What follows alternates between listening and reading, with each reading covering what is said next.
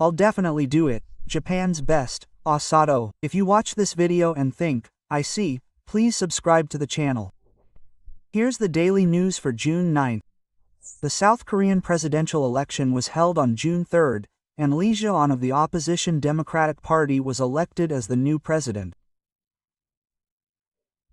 Despite the fact that Lee Jae-on's violation of the rapid election law was effectively confirmed by the Supreme Court, I think some people may be surprised that this result was achieved.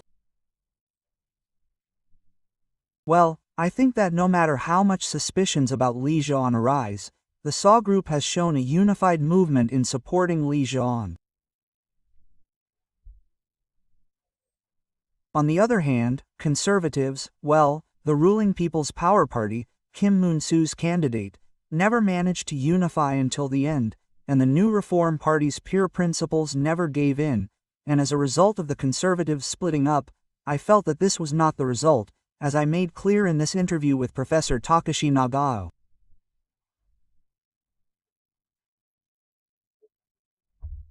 So, while the conservatives were splitting up, the South Koreans were trying to unify them, and I thought that this could be considered somewhat valid. However, I have now come to think that perhaps this ally should change their thinking. I have to say that the response of the White House in the United States to the recent South Korean presidential election is somewhat in line with this pattern. When Press Secretary Caroline Leavitt was asked by this reporter about her position on Lee Jae-myung's election, she immediately said she couldn't give an official answer. That's what happened. She had prepared a response, but she kept flipping through the pages, saying she couldn't find the answer, giving off the impression that she was reporting for Leavitt. But is that really possible? To me, it felt like she was acting. Leavitt's response alone is quite disrespectful to South Korea, and there was no official response related to the South Korean presidential election at the State Department press conference held immediately after the press conference.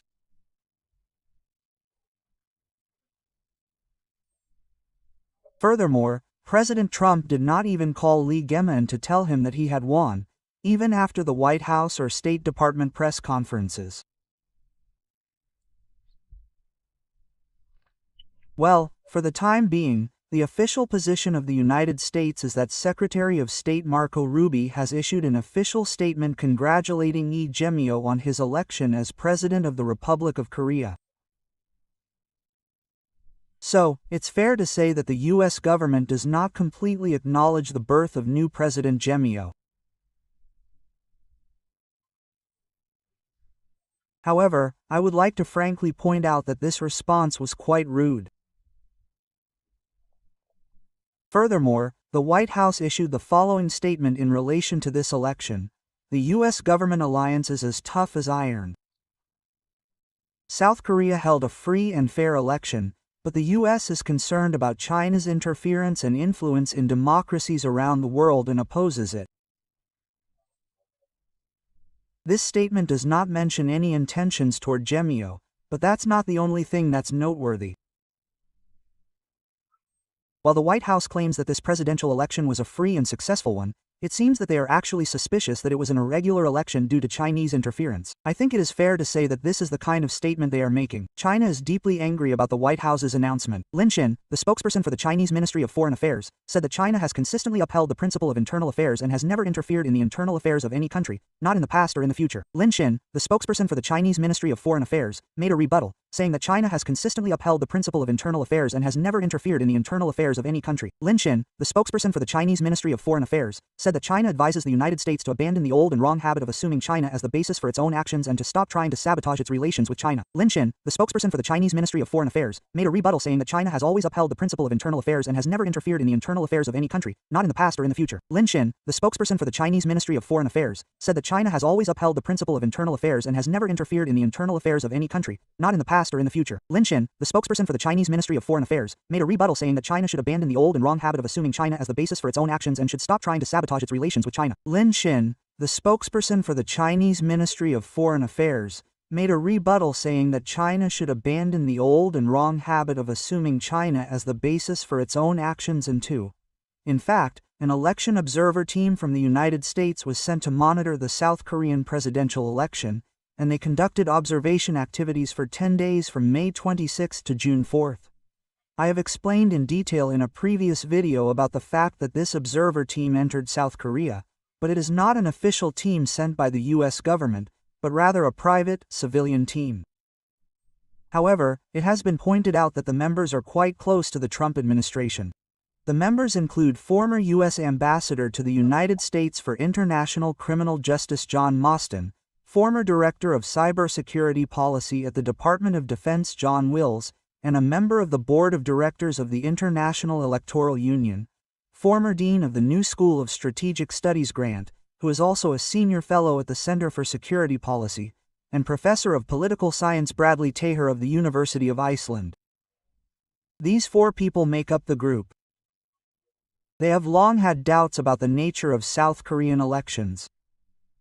For example, a senior fellow at the Newsham Center for Security Policy conducted a thorough investigation of the 2020 South Korean general election and found that statistically impossible vote counts were found.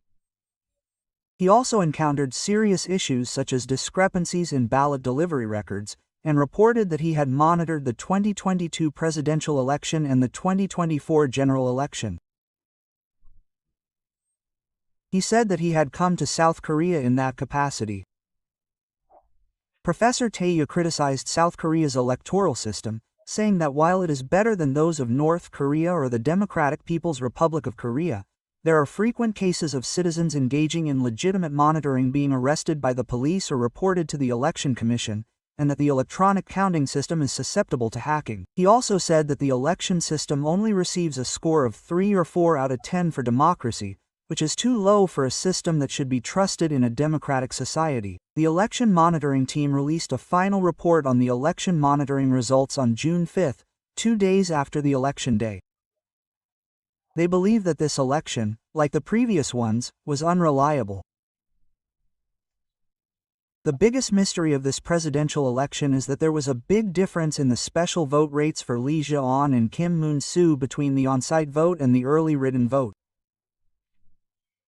Lee Jae-on only received 37.96% of the special votes in the on-site vote, but for some reason he received 63.72% of the special votes in the early written vote. Kim Moon-soo also received 53.00% of the special votes in the on-site vote, but only 26.44% of the special votes in the early written vote. In other words, Kim Moon-soo received 15.04 points more special votes than Lee Jae-on in the on-site vote, but 37.28 points less special votes in the early written vote. Well, it's not surprising that in different electoral districts, Lee Jae-min is stronger in some places and Kim Moo-moon is stronger in others. So it's not strange that such differences arise depending on the region, but we're talking about the election as a whole. In the entire election, the advantage or disadvantage of one candidate or the other can be completely opposite depending on whether you vote early or on the day of the election. And the difference is unbelievable. It's hard to believe that something like this could happen. Regarding this disparity, in past elections, young people tend to vote early, while older people tend to vote on the day of the election. So, the seemingly plausible explanation has been that this is because there are differences in voting behavior between different generations, which results in these results.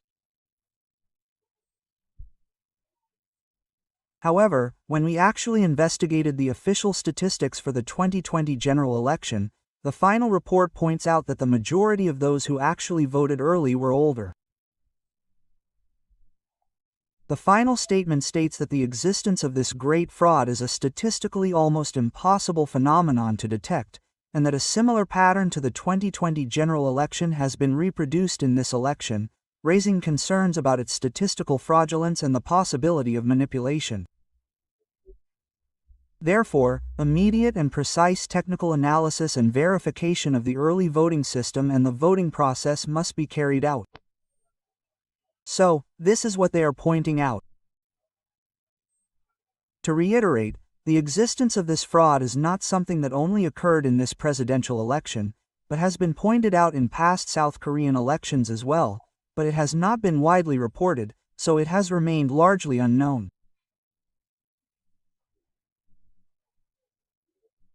And when people point out the strangeness of this electoral system, they are often told that they are talking about conspiracy theories, and discussion has effectively been sealed off.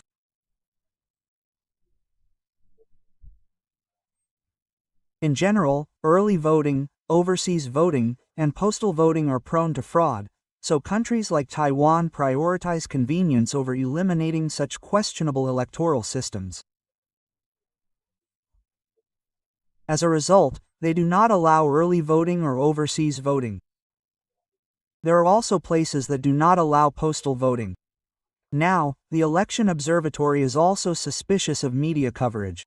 The three terrestrial parties announced the exit poll results at 8 p.m. on the day of the election, reporting that Lee Jae-myung had won 51.7%, Kim Moo-moon-soo had won 39.3%, and Yoon Soo had won 7.7%.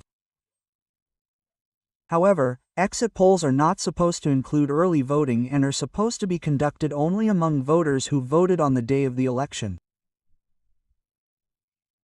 However, if we only base our results on the votes cast on the day of the election, Kim Moo-moon-soo would have received nearly 1.4 times as many special votes as Lee Jae-myung, so the basis for the media's exit poll report that Lee Jae-myung had won the lower half of the votes is unclear.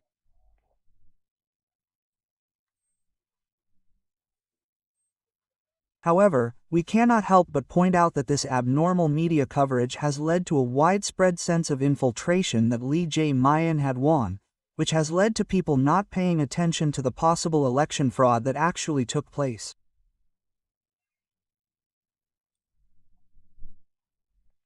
In this regard, the Election Observation Group points out that broadcasters and the Election Management Committee must transparently disclose to voters the methods used to conduct exit polls, whether or not they include statistical processors, early voting, and telephone interviews, and that this is an essential improvement measure to restore public trust and ensure the integrity of the election.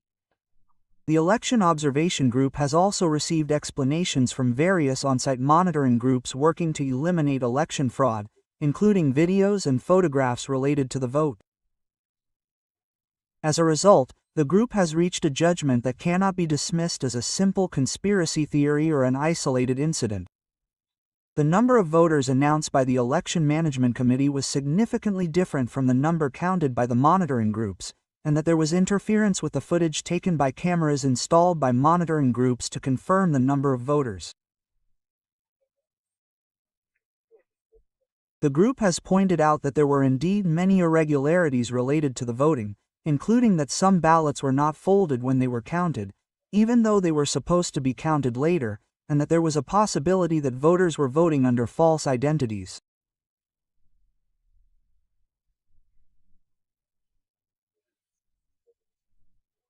Well, the election observers said that they did not directly confirm these stories, but rather that they received them from civic groups and based them on such reports, so they have attached a condition that these cases are true.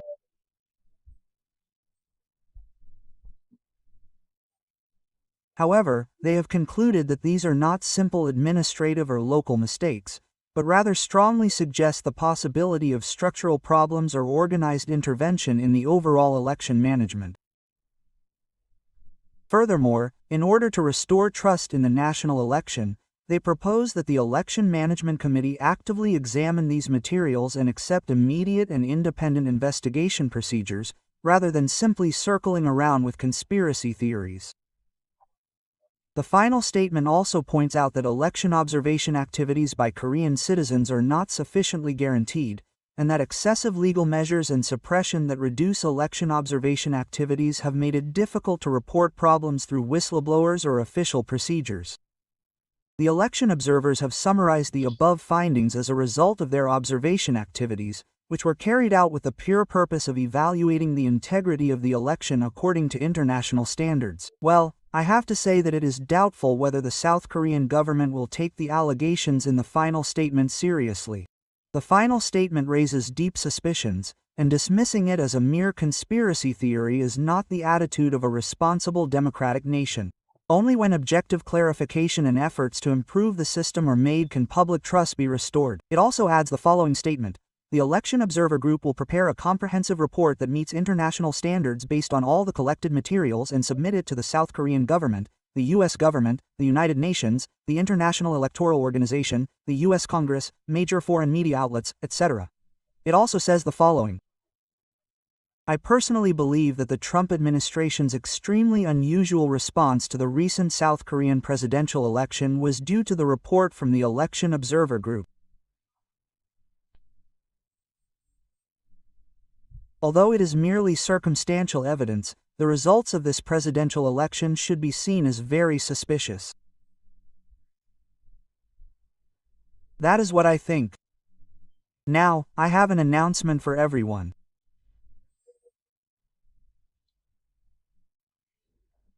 The editor who edits this video has had a major change in his working hours, and now he has to leave home very early in the morning.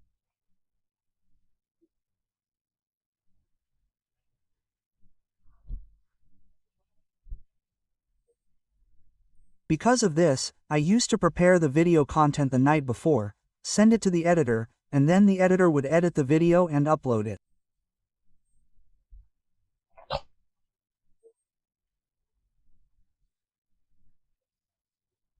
But if I handed over the video at 10 p.m., for example, and then received it, he would spend about 3 hours editing it.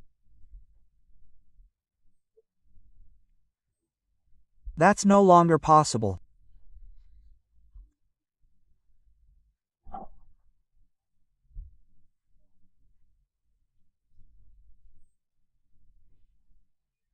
The editor's new working hours mean he has to start working at 5 a.m. So, regarding the editor's new work schedule, they often work from around 5 a.m. until around noon, so if the editor goes home and starts editing the video, we figured it might be possible to upload it by 5:30 p.m., so we agreed.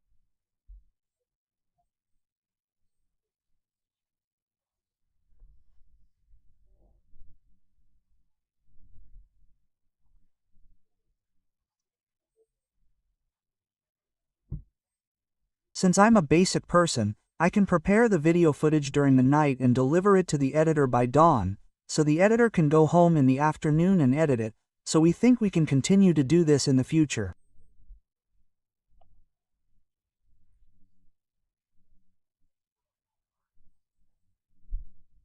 Well, the editors also have to work 23 or 24 hours a week, and sometimes they have to work all afternoon, so at times like that, the videos I've prepared may not be released that day, and may end up being released a day later, but I hope you'll forgive me for that. I apologize for the inconvenience, but I appreciate your understanding. I'll definitely do it. Japan's best, Asato. Please subscribe to the channel. I also ask that you change the notification settings for the bell mark to all.